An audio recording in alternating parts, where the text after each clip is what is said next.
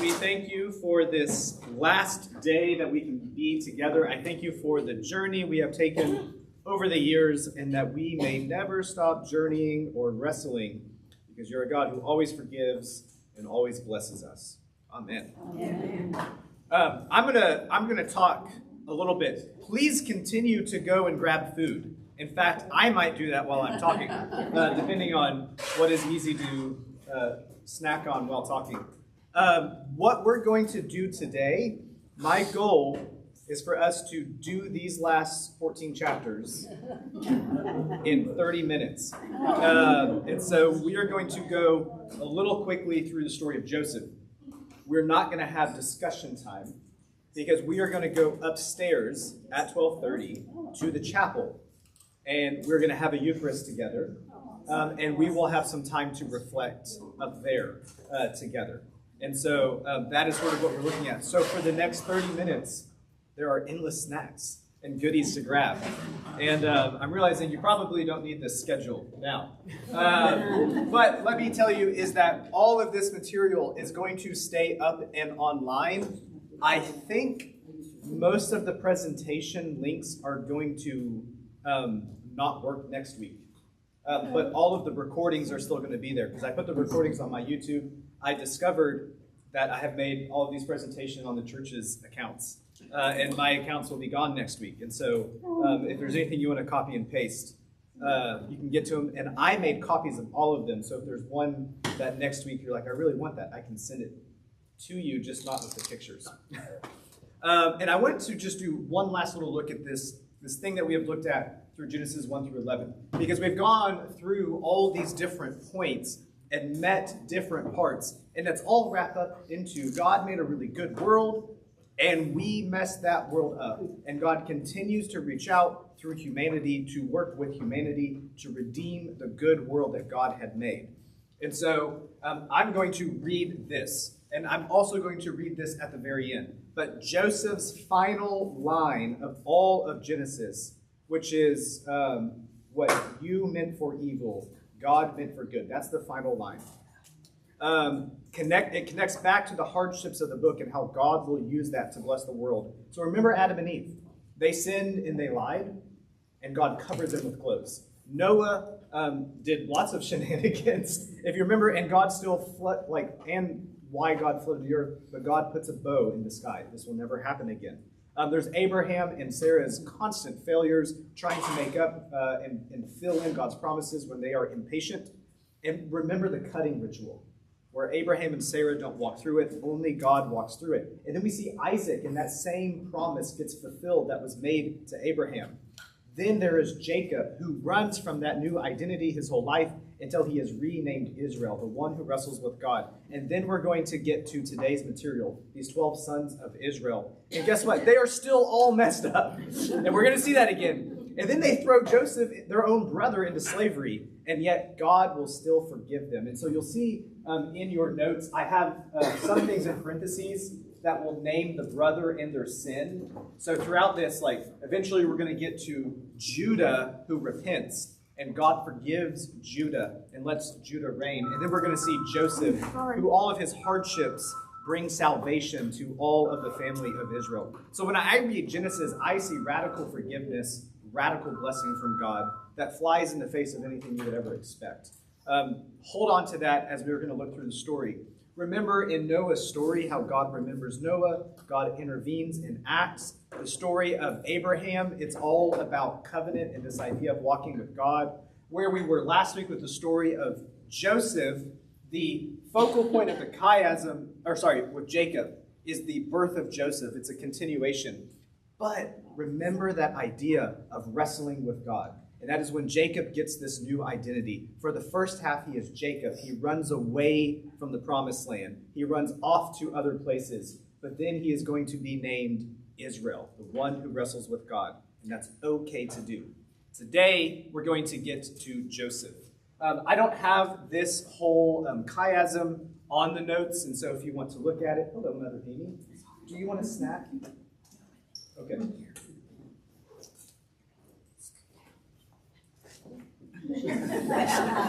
That's my favorite right there.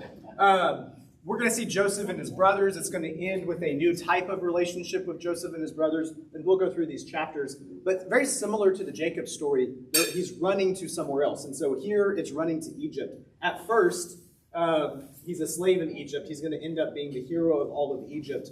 We're going to see the brothers' trips. And then there's this focal point for Joseph where he reveals himself to his brothers. To me, this story is very similar, like last week, to the story of Jacob, where he gets renamed Israel. It's about your identity and who you are.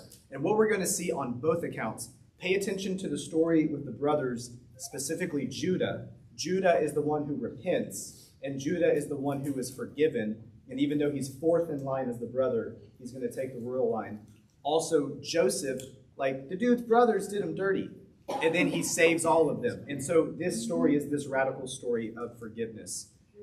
You have your family tree. It's there in the slides if you want to see it. And there's another version of the family tree, and I'll just point out, Joseph is brother number 11, Benjamin is brother 12, and we only saw Benjamin as a baby last week, but he's going to be a teenager when he comes up. And now we're going to jump straight into the slides. This is not part of what we're looking at in detail today, but remember chapter 34, where Simon and Levi are going to get revenge for their sister Dinah. And if you remember that story, she gets stolen, she gets sexually assaulted by this prince. And then they say, oh yeah, we'll make peace with you. All of the men get circumcised. And they wait 3 days, and while they're recovering from surgery, then they come in and they kill them all through the sign of circumcision, the very sign of the covenant with God they use for war and revenge. That's a no-no. And so on your notes, I added that in there, and it's going to say their sin there. And you'll see that continue through the chapters. Just remember that. Chapter 37 is when we see Joseph and this marvelous dream. You know the song, My Coat of Many Colors? Dolly Parton? Dolly Parton's Coat of Many Colors. So, yeah, in part related to this story. Same thing for, if you know Dolly Parton's story, she grew up very poor. Getting this coat of many colors was very special. That's what it represents in Joseph's story. From the very beginning, we see a little bit of favoritism going on. And at first, and I want to point this out, Joseph is a little bit self-conceited and a little bit overconfident. And we see that in his story, same way the way he presents these dreams in chapter 37. He has two dreams. One is all of these wheat bales bowing down to him, representing all of his brothers. Then he has a second dream where it's the sun and the moon and the stars, and it's all of his brothers and their families and his parents bowing down to him. And he's like, I had this marvelous dream. And they're like, ah. And it just says, Israel considers it, which we don't really know what he's thinking, but I imagine he was rather conflicted in his thoughts. The brothers are going to get jealous. This is going to set the scene for the story. There is one brother who is favored above all. He rubs it in their faces. How will they respond? Hopefully, when we walk with God, jealousy isn't as much of an issue. But we're going to see how they respond. They throw him into slavery. And so this is going to be Reuben's sin. All of the brothers are going to plot to kill him. They are working out in a field very similar to the story of David. The youngest son is going to go out and meet them. They see him coming, probably glistening with his shiny coat of many colors, and they decide to kill him. Reuben sort of gives like a half-seas kind of answer. He's like, let's not kill him. Let's throw him in this pit and figure out where to go from there.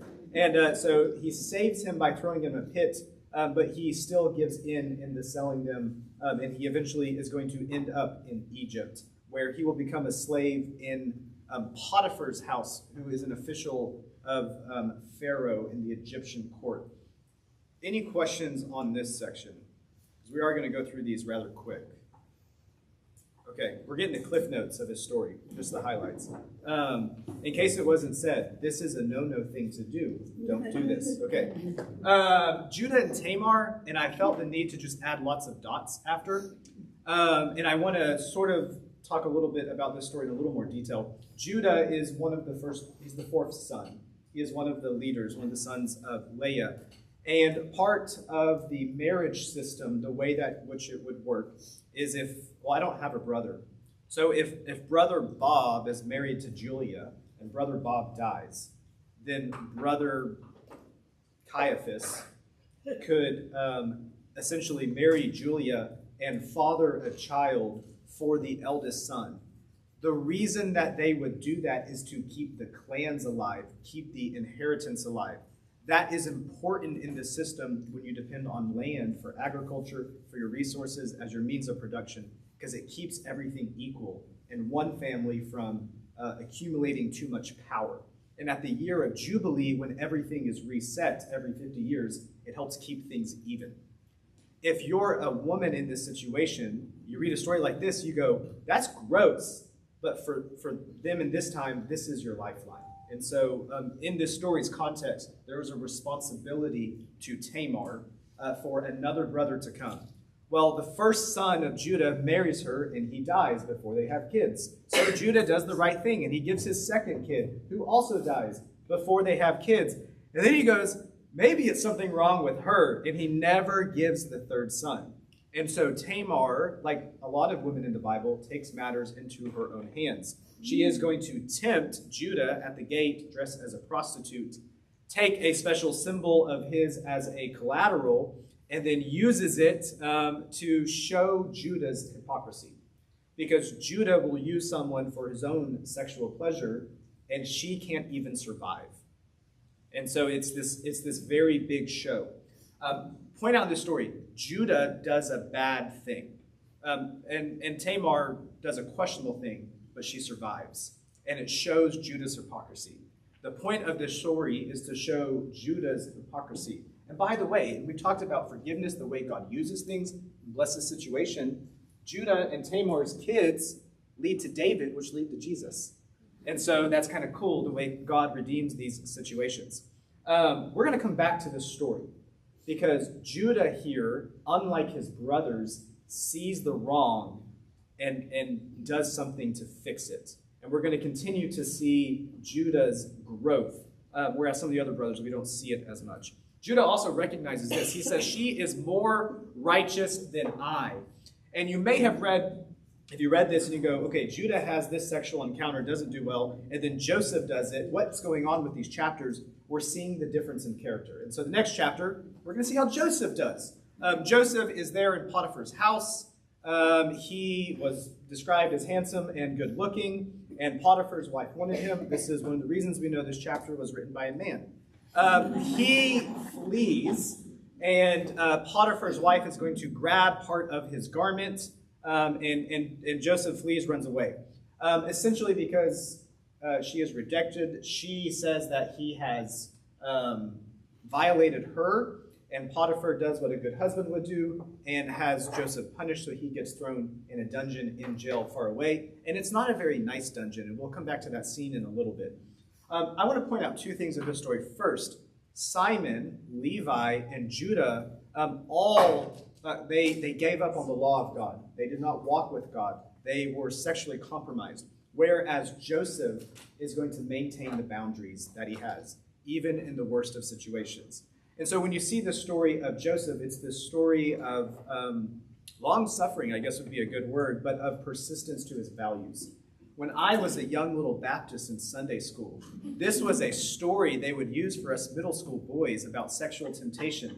And I always thought it was cool, but my dad was the Sunday school teacher, so it was really weird.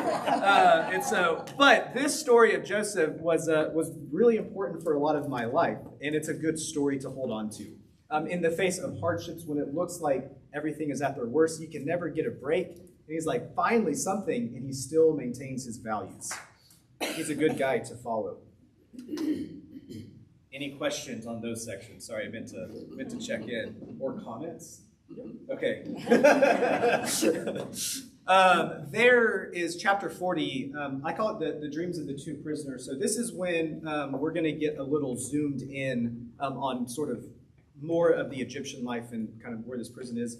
There's also this movie that you can watch about the story of Joseph, and I tried to get as many clips as I could from that movie, so that is what these are, because I grew up watching this movie, so it felt home to me.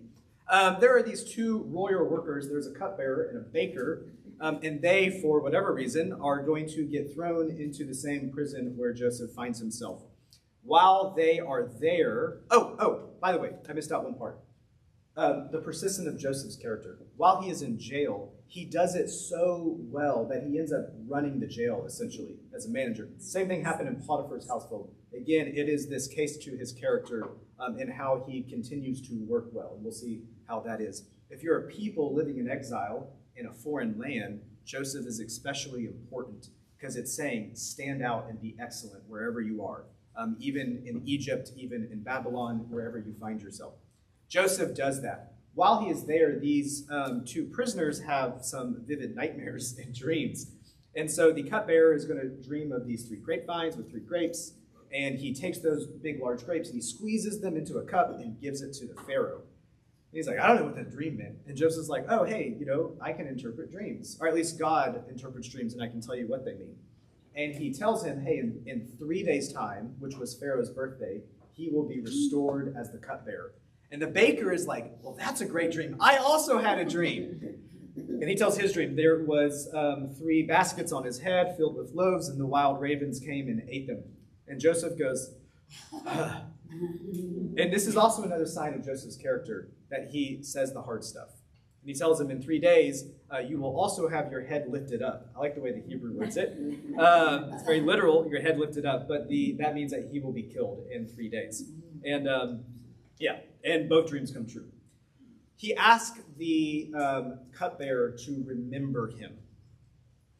2 years later, the cupbearer is back in his position. We're in chapter 21. Now Pharaoh is going to have a funny dream. He also has 2 dreams. There are 7 fat cows and 7 skinny cows, and they come out of the Nile River, and then the 7 skinny cows eat the 7 fat cows. And he's like, that was weird. Also, they come out of the Nile River, and I didn't. At first, when I did these notes, I put Nile ****. So I remembered to tell you the significance of the Nile in Egypt. It was the source of all life. It was kind of seen as the source of magic. The way agriculture works in Egypt is that the Nile floods, and that is how you grow. They don't depend on rain. And we'll later look at a chart of the delta in Egypt. But if it doesn't flood, then you can't grow food. And that is still a very food insecure place. I'm fairly certain Egypt is like one of the highest importers of food, but 60% of the bread eaten in Egypt is paid for by the government because it's still so food insecure. And that's an issue right now. But this is where they find themselves in, and the Pharaoh calls everyone to interpret the dream, and no one can tell him what the dream means. And the cupbearer suddenly remembers Joseph. Going back to, when you live in exile, wherever you find yourself, live in excellence, and you will be remembered. Joseph is. Joseph comes in, he presents himself. If you read the text, you're like, why is he shaving his hair and all of that stuff? He was dressing like an Egyptian so that he could be presentable for the Pharaoh, which might include also some light makeup and treatments with oils and things like that. Goes before the Pharaoh, and the Pharaoh says, I've heard you can interpret dreams. And I love his line where he says, it is not I, but God who can tell you the meaning of the dream. And he tells him the dream's meaning, that there will be 7 years of plenty, 7 years of famine, and along with that gives a recommendation to save 1/5 of all of the food for those 7 years of plenty. And then in the 7 years of famine, they will have stores of dried grain that they can sell. And then he says, and you should appoint someone to do that. And Pharaoh is going to end up appointing Joseph. Check on any questions here. Okay. When I was a kid and I saw this scene, it really creeped me out because the cows were really scary and they had red eyes that glowed, and I would have nightmares of this. And so it's a good one to show your grandkids. Now, Joseph is going to have this rise to power. He is renamed. I'm not going to try to pronounce the Egyptian there, but it means God lives and speaks. Going back to, as we've talked about, as they walk through Canaan, these places that had other names get claimed by Yahweh. And we see that again with Joseph. The character of Joseph, just like the character of the patriarchs before, speak about God and God's power. And we see that with Joseph. He's going to marry perhaps the same daughter of the same Potiphar that he had worked before. It could be a different Potiphar, just with the same name. And there he's also going to have 2 sons, Manasseh and Ephraim. We said a little last week about the sons of Israel's names, but in case you don't remember, Manasseh is God has made me forget all my hardship. And Ephraim, God has made me fruitful in the land of my misfortune. The famine will come. and Joseph is there ruling over. So in our timeline, we've skipped at least 7 years, and now we're in the famine. We've done this in 15 minutes. We're doing really, really good. I'm really happy. I don't know if y'all have never not had questions like this before. Well, we're eating. That's true. Yeah. Okay, I'm gonna take a cauliflower snack. In the I have second a question, Alex. Yeah. How did you survive this Baptist childhood?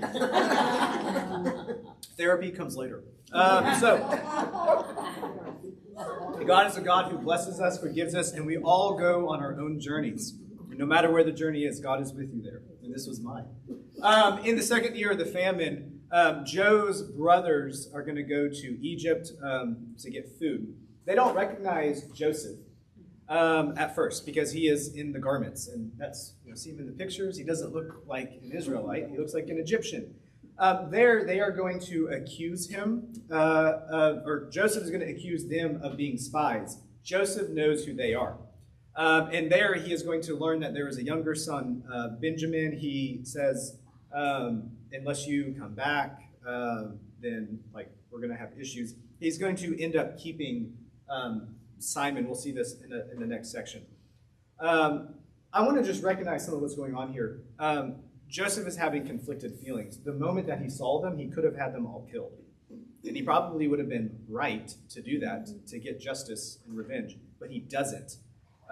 He does feel guilty about what's going to happen, though. He maybe felt bad about the accusations, so he gives them double portions of food in their bags. On the way back, he's going to lock up Simon as collateral, and he's going to demand that they return as with the youngest brother, Benjamin.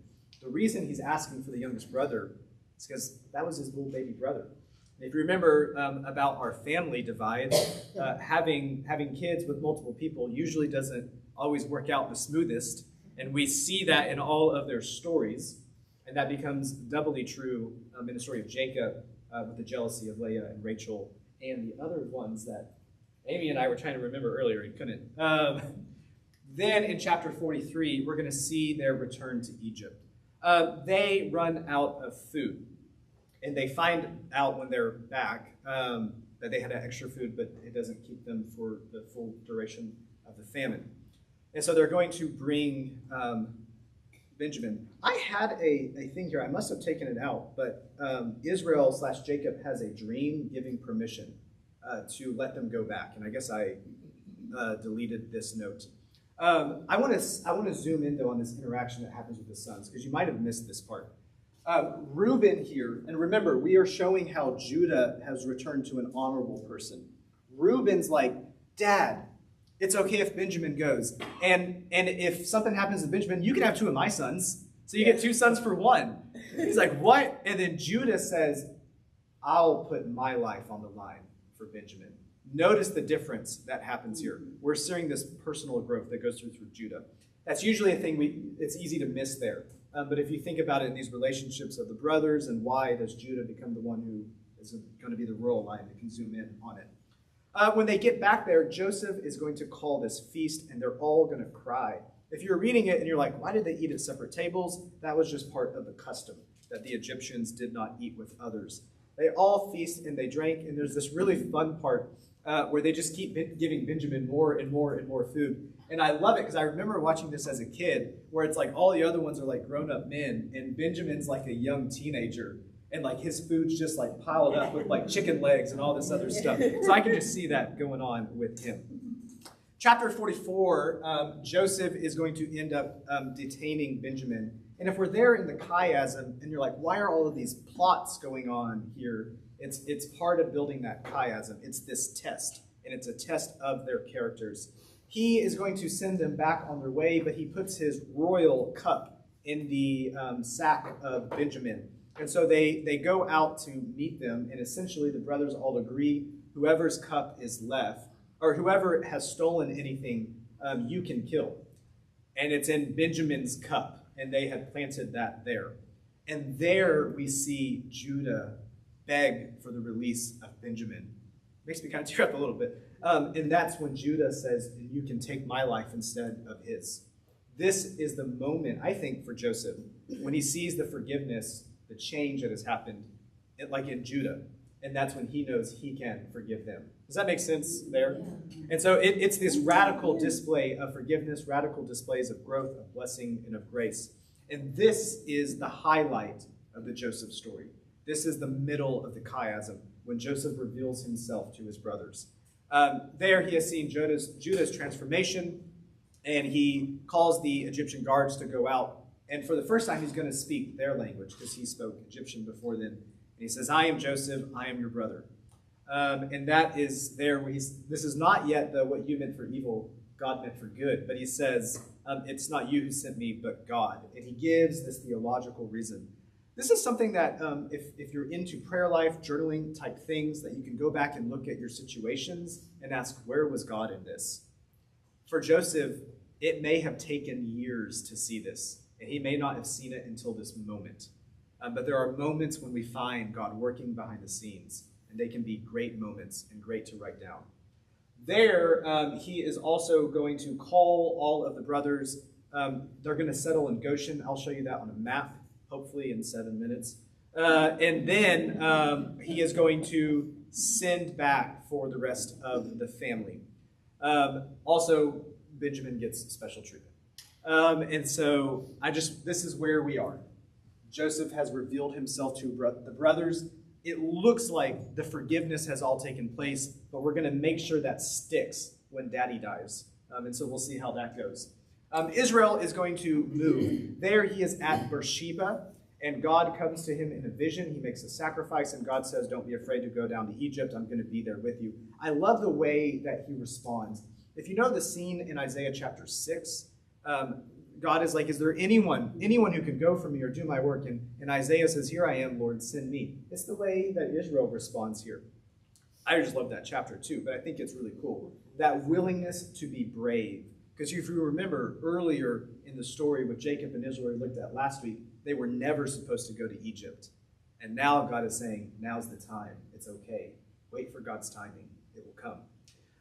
They're going to bring everyone. There's a genealogy. I have spared us the genealogy. It is very similar to a genealogy given in Numbers. The number is 70. And you may remember, as we've looked in the weeks past, that they've had hundreds of armies serving under them and lots of servants. The number 70 is a special symbolic number. It is 7 times 10. It's the number of perfection multiplied. And so this is the amount of people God wanted to be in Egypt. And so here's a cool genealogy. We're not going to look at it. Okay, we are going to talk about Goshen, though. Israel and the family is going to settle in Goshen. Here's Egypt. You may be familiar. It has a big delta here, and this is the delta that floods. And North Egypt is down here, and South Egypt is down here because North Egypt is taller, and so the water flows that way. And so when it floods, all of this will fill with water. And so you can see here how there's more green and stuff like that. The land of Goshen is seen to be as the most fertile of the land. And so Israel gets this kind of special place. Israel is going to send them ahead while they reunite. And part of the reason for that is that the Egyptians didn't want to hang out with shepherds because they were seen as a little bit lower class. But the Pharaoh gets to meet Israel, or Jacob, and that's kind of cool. And so Israel is going to give Pharaoh a blessing, which is also really, really cool. And there, Joseph takes all of them under his care. And Joseph is the second most powerful in all of Egypt. And so that comes with a lot of weight at this point. Then we're going to see as the famine strikes in Egypt. This is a weird chapter, and so I just want to say this is a historical thing that happens in Egypt's history, and it's saying that Joseph is the one that made this thing happen. So as the famine takes place, everyone essentially ends up selling all of their animals, then all of their land, and then themselves to Pharaoh. And that is actually the way the economy worked in Egypt between 600 and 300. Where besides the temples, Pharaoh owned all of the land. And even Egyptian citizens were like a slave class. And so they paid really high taxes for the time, like 20%, which is highly unusual because most taxes were like 1% to 2% in the ancient world. Yeah, and that's a real thing. And so if you read this story and you're like, man, Joseph sounds like a jerk. If you were reading this as an early Israelite, you went, man, Joseph's the one that got one over on all of Egypt. He rocks, because they were the big bad guys. Does that sort of make sense there? I got a, was that a, okay. He said he's a smart thing. Israel is going to end up dying. He dies at 147 years old, which is 7 times 7 times 3. It is a symbolic number. And he wants to be buried with all of the patriarchs. And so we'll get to his actual death scene in a little bit, but they'll go back to the cave. And then we're going to get this scene where Israel blesses Joseph's sons. On his deathbed, Joseph brings both of his sons, Ephraim and Manasseh. While they are there, Israel, is going to end up crossing his hands. And Joseph is like, Dad, you're crazy. You're going senile. And he fixes his hand. And Israel's like, no. And he mixes the blessing, which is part of the story that we've seen, where the younger son, the unexpected son, the unexpected one is the one that God chooses to work with, just to defy the expectations of who God can use. And so we see that happening here. Also, Israel adopts Ephraim and Manasseh as his own children in this scene, which is a thing you would sort of expect to happen in this situation, because Joseph kind of no longer belongs to the family. And so that blessing and that lineage is going to go through Ephraim and Manasseh. There's also this sweet moment where he's going to talk about Rachel, his favorite wife, who has died a long time ago. And then they are going to be counted among the tribes. And it's cool when he talks through this blessing. He's going to start with, God Almighty called me in Luz. Luz is Bethel. That's where he had the first dream where God encountered him. And then he recounts his story. Ooh, we're doing great. Okay, 3 minutes. We can do this. And we're like ahead of time than I expected myself to be at. So the next scene, Israel is going to summon all 12 of the sons. I'm just going to say this is an interesting blessing, and the summary of it is that Reuben is going to be struck out as the firstborn blessing right because of his instability, Simeon and Levi because of their violence, but Judah gets elevated to the point where it says the royal line will come through him. I want to state this, and I want you to hear it. It's not because Judah was perfect. To walk with God does not mean to be perfect or not make mistakes. It does not mean that God doesn't forgive you in other ways, but it's because he came to God in his forgiveness, and he grew, and he changed, and he was willing to work with God. The other brothers were not. It's not that Judah was perfect. We saw that. Judah's a bad guy. They all are, and so are we, and God still loves us. And so I'm just going to say these blessings are interesting. I have the Robert Alter version translation, that kind of more poetic translation, in the next few slides. If you want to read it, it's all there. But we're not going to do that. There's also this cool poster, and I'll just say is that all of them have these symbolic names. And I like this poster. It has the verse numbers. But Reuben, you are my firstborn, but you're turbulent as the waters. Simeon and Levi are going to get swords. It's a reminder of what the dads did. Judah is the royal scepter of the king, but then for some reason Issachar is like a donkey. Zebulun they live by the sea, and so they have ships. Dan had justice. I guess that's where the lawyers lived. And they go through, but you'll see Joseph is mentioned to this bow and this grapevine, and Benjamin is called a wolf. And we've looked at Benjamin before in this class. The tribe of Benjamin looks like a wolf if you close your eyes and squint and go upside down, I guess. I don't see it, but other people do. Chapter 50, we're going to see the end. Israel dies. The brothers weep. He's going to be embalmed, which is an Egyptian thing. That was really weird to do for most of humanity's lifestyle until like Abraham Lincoln, I think is when it got popular in America. But they do that so he can go back to his land. He is also, it's a big parade that goes on, and all of the world recognizes Israel as this great patriarch, sort of paying homage to it. But then we get to the end of Joseph's story. The brothers are all scared. And the question is, will the forgiveness stick? And Joseph says, yes. And he cries because they didn't believe it the first time. And that's when we get this great line, what you meant for evil, God meant for good. And so we're also going to see some final touches here. He is going to then adopt his grandchildren as his own son, same way that Ephraim and Manasseh were adopted and become the lineage through Israel. And then he is going to, he wants to return and be buried with his family. And so that will happen with him too. That was the quickest version we could ever run through the story of Joseph. And that's just how our time has laid out. But I want you to remember the things that we have looked at, because when we look at the story of Genesis, it is this great story of God working with broken people, God creating this good world, this world gets messed up, and God says, I will still work with humanity to redeem the world, and that is a work that we continue. Remember the idea that we are the blessing of God. Very similar to the Eucharist when it says to become thanksgiving, you are to become the blessing itself.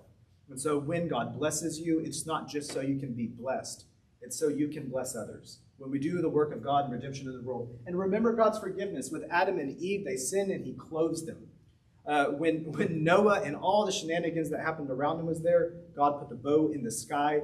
Abraham and Sarah don't trust God, and God gives them the covenant.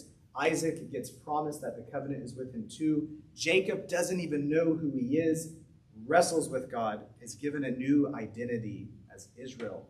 And we are invited into that same way of walking with God, of wrestling with God, maybe getting hurt, always walking away blessed.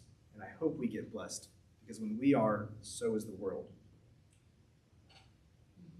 I'm going to try not to cry.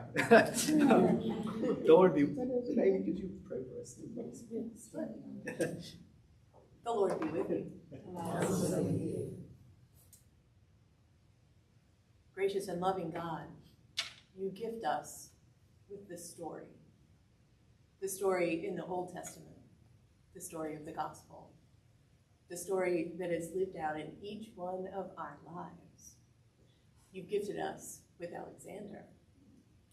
So we have gotten to be part of each other's story. And for that, we will always be truly thankful. So write your story in our hearts. In the name of Jesus Christ. Amen. Amen.